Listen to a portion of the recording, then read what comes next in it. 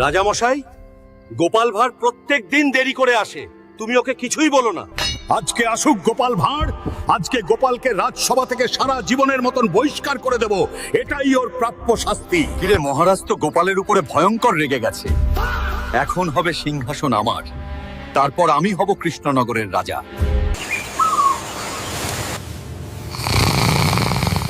এই যে আর কত ঘুমাবে? রাজসভায় যেতে তো দেরি হয়ে যাবে, ওদিকে মন্ত্রী আবার তোমার নামে কুবুদ্ধিও পাকাচ্ছে হয়তো। আরে গিন্নি, ঘুম না হলে যে আমার মাথার বুদ্ধি খোলে না। আর ওই বদ বুদ্ধিমন্ত্রী কিবা আমার করবে?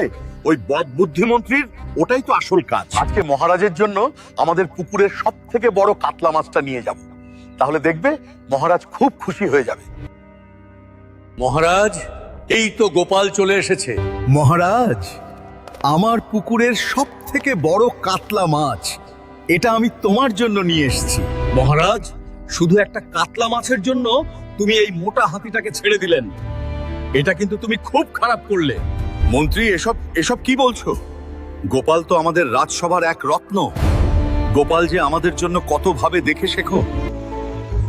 গিন্নি গিন্নি, কোথায়? তুমি শিগগিরই খেতে দাও, না হলে এখনই তোমাকে বাপের বাড়িতে দিয়ে আসবো না। এই যে কি হলো কি?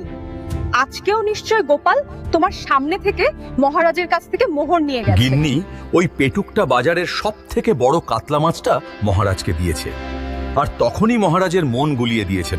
এই যে যেভাবেই হোক ওই কাতলা মাছটা আমার চাই, আর তুমি